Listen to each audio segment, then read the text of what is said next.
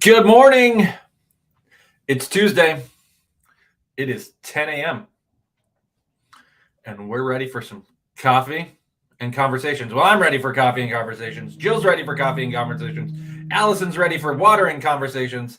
Maybe we should change it to beverages and Bible. That's very pastorally alliterative. Yes, 11 more days.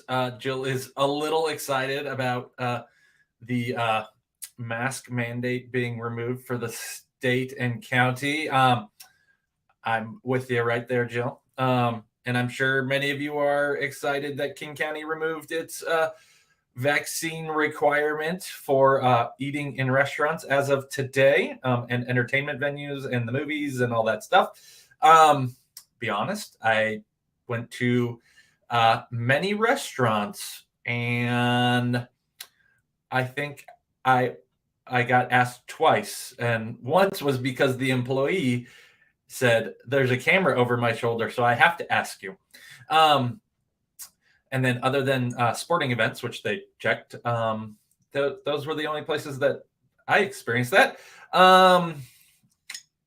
So I know we are all excited about that. We no longer have to show our papers to pass. Anyhow, exciting times for that stuff. Let's talk about some announcements, and then we will get going on our continuing look at the book of Revelation. Well, actually, kind of more like introductory matters rather than looking at the book itself. So Friday evening, night of worship. I hope you will be here. It's going to be a great time of congregation. It's really a congregational prayer meeting, but we're not going to call it that because that has a lot of loaded baggage and connotations when you think of what a prayer meeting is. But when you understand that singing songs, worship music to the Lord is equally prayer, we are going to be praying the whole time, except for maybe some brief remarks here and there. But it is going to be a time of prayer through song and through supplication. So, fancy word. So I hope you'll plan to join us and be here. We are not going to live stream it. We will record it and have it available after the fact, but I hope that's not an excuse for you not to come. I don't know when it'll get uploaded afterwards, but it will eventually get uploaded. So plan to be here. Everything's better when you're in person, except football. Football might not be better when you're in person. There's lots of commercial breaks that you don't get to see. Baseball might or might not be better in person. Baseball food at the stadium is kind of like the main reason to go to a baseball game. And it's delicious. You get nachos in a little helmet. If baseball owners and players can decide to get along. Yeah. I wonder if there'll be baseball this season. Man, we're jumping rabbit trails all over the place. Okay, squirrels.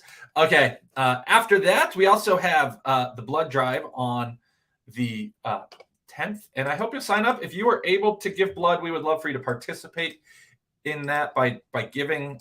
Here's the link again for that. There we go.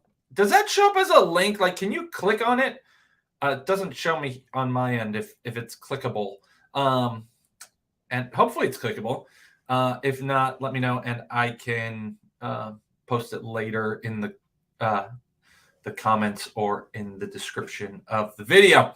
So hopefully you will come and donate blood. We would greatly appreciate that. It's an easy way for us to serve the community. And so, and then lastly, I wanted to give you guys a resource recommendation. Although a lot of evangelicals and non-denominational churches, they don't necessarily do anything to celebrate Lent. It is still good to prepare our hearts for Easter. And there is a book that I want to recommend to you. It's not exclusively a Lent book, but it's a Lenten season-ish book. So it is it's called a 40-day Lenten devotional. But it doesn't follow the exact Lent calendar, because if you start the day Lent starts, you finish early, because Lent is not 40 days. So here's the book I want to recommend to y'all. It's called A Journey to the Cross. I should take down the thing about that. There we go. Journey to the Cross by Paul David Tripp. It is an amazing devotional book. It's really a book you could read any time of the year. I might have even told you guys about it last year, but I read it last year and I thought it was fantastic. I think it'd be well worth you picking up and reading and just preparing your heart for Good Friday and Easter and just reflecting upon the cross. If you want it, I will also put the link in the chat for it. This is the Amazon link. It might be cheaper. Oh, that's so it was so long it split it up on my side. It's just Journey to the Cross by Paul David Tripp. You can get it on Amazon. You can get it on Westminster Theological Seminary's bookstore, Christian Book, probably anywhere books are sold. They might even have it in Barnes and Noble. Who knows? Yeah, it would be worth your time reading and just having someone guide you as you consider the cross and prepare your hearts for Good Friday and Easter and what it all really, how it can impact us. So I hope you'll grab that and read it if you're looking for something. It's a great resource. And yeah. Okay, so the book of Revelation. Last week, we talked about how there are multiple interpretive perspectives in it, on it. And we're really not going to focus on how it applies to a specific one. I want us to consider how, regardless of what perspective we come to with the book of Revelation, as long as I want us to, what can we glean from it, right? As long as we come to it that it is the word of God and it is 100% true, that's where I want us to, I hope we're all on the same page on that. How do we apply it? Whether we may take an amillennial perspective, a post-millennial perspective, a historic premillennials perspective of pre-trib rapture, or a mid-trib rapture, or a post-trib rapture. Yes, there's all of these varying viewpoints that Orthodox Christians, Christians who have believed the Bible to be the inerrant word of God, have held to and considered over the roughly 1900 years that this book has been around. So what can we, regardless of which of those views we hold to, what can we learn? What can we glean? Yes, pan-trib, it all pans out. Or pan-millennialist. That's my favorite one. I joke with my mom that if I get to pick, I'm picking pre-trib because I don't want to deal with any of it, but I don't think I get to pick. So, that does. I would tend to be a post-trib person. I think the church is called to endure through suffering and persecution, which it seems like the tribulation has that. But I could be wrong, and Jesus knows what's best. Jesus will do what is right, and there are a variety of views on those things. So, regardless of what view we hold, what can we glean from the book of Revelation for the here and now? How can it apply to our life here and now? Whether the tribulation is coming in short order, or whether the tribulation is going to happen in 1,000 years. The church has thought that the tribulation was coming quickly for almost 2,000 years. So what can we glean from the truth, knowing that Jesus is coming soon?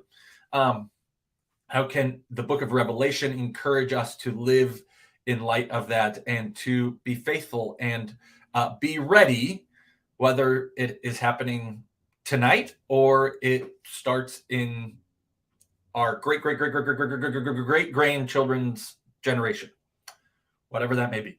What do we do with it? So I thought it'd be good for us to just go over some introductory ideas, concepts. So the book of Revelation was probably written by John in roughly AD 90. 90 to 95 is probably when the best guess that it was written. the majority of modern scholars, the majority of scholars have held that John wrote it around that time. They also hold that that's probably when John wrote his gospel and his epistles. And so John is writing to a church or to a group of churches that are in the Mediterranean and are have believers, and he has interacted with some of them. He helped start some of the churches. So he is writing to them with a purpose. It's a God-inspired purpose. Jesus is giving John this vision, this apocalypse, this revelation for a purpose. And I thought this was a good way to sum it up. This is from that commentary we talked about last week. It says, we are reminded at the outset that the book of Revelation has brilliance and beauty outshining any attempt to explain it. John wrote Revelation to churches facing persecution and being tempted to compromise with Roman imperial power and cave in to the social pressures of pagan society. He calls upon these churches to stay faithful until the end, reminding them that God and Christ are sovereign over the evil they face. Believers should rejoice despite persecution and discrimination from opponents, for they can be assured a place in the heavenly city, since they are washed clean by the blood of the Lamb.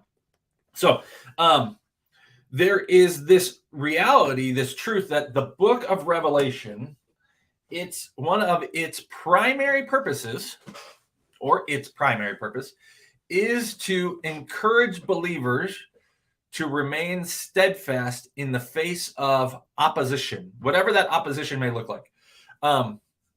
To remain faithful in a hostile world. We are not experiencing the types of things that some of the believers in John's churches were experiencing.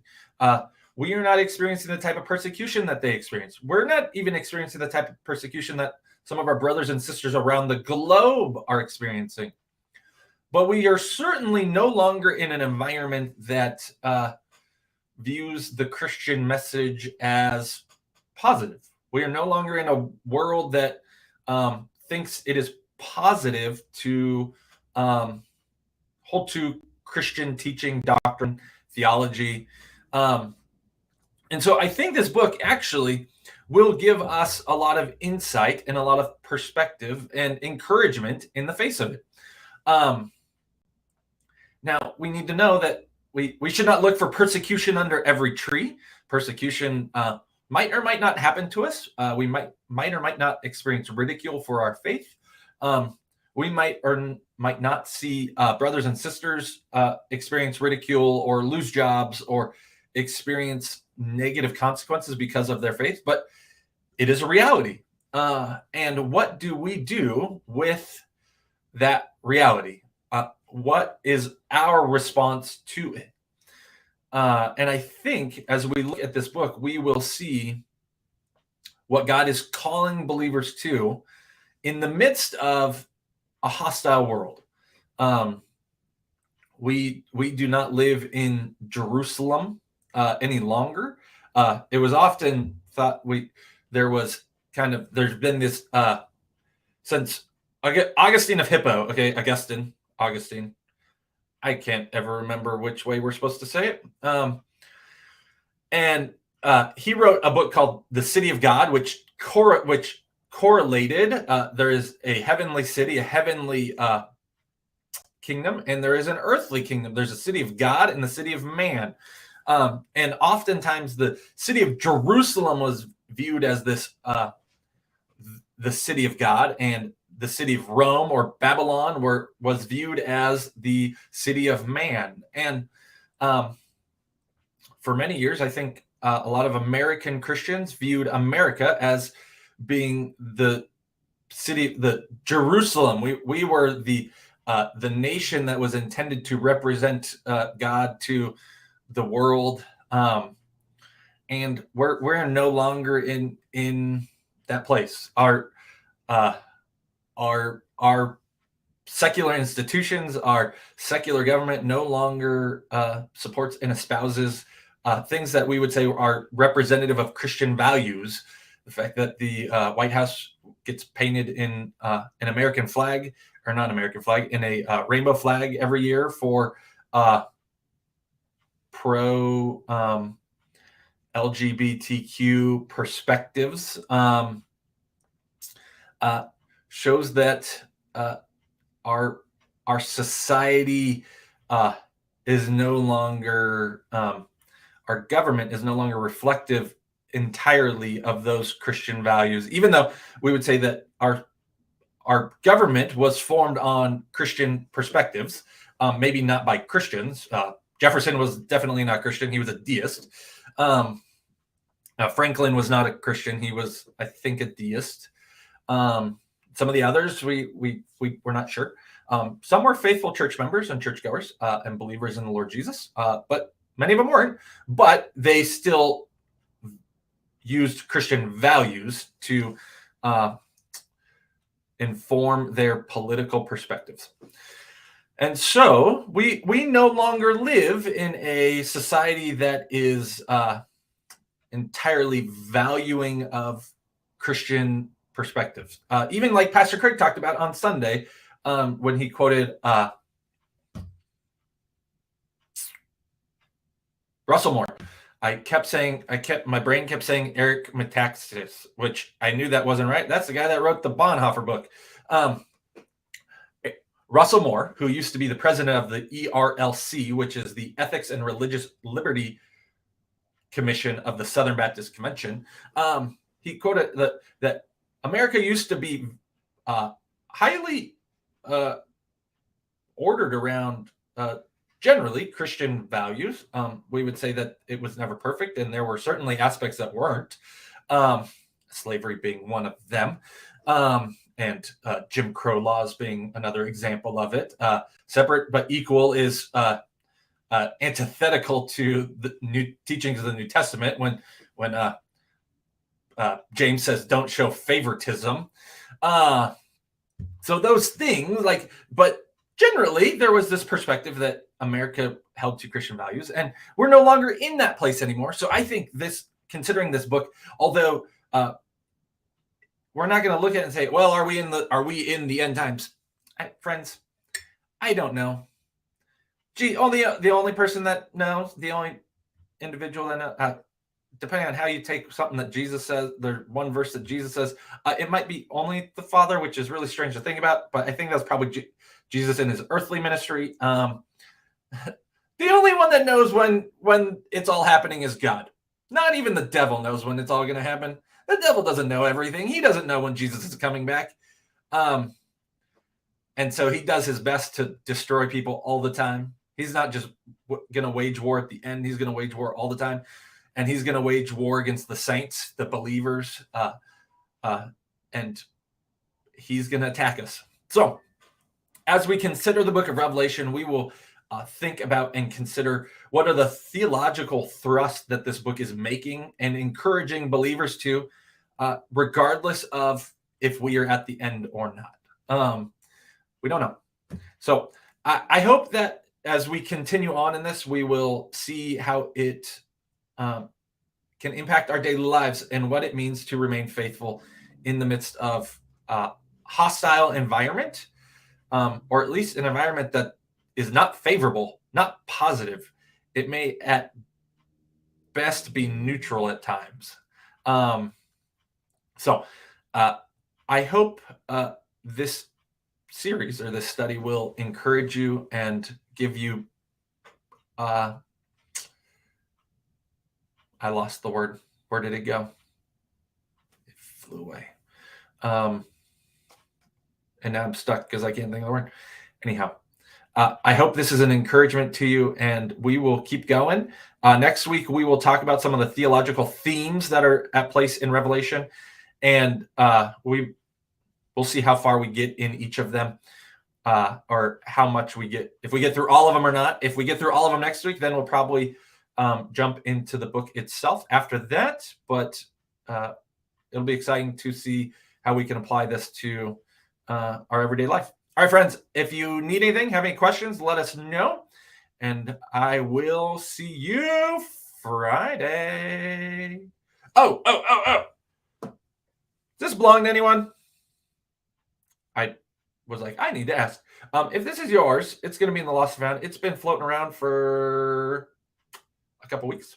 If not, well, if this looks familiar to you and you know who this belongs to, let us know. Okay, I will see you Friday, and then I will see you Sunday. Okay, have a great week, guys.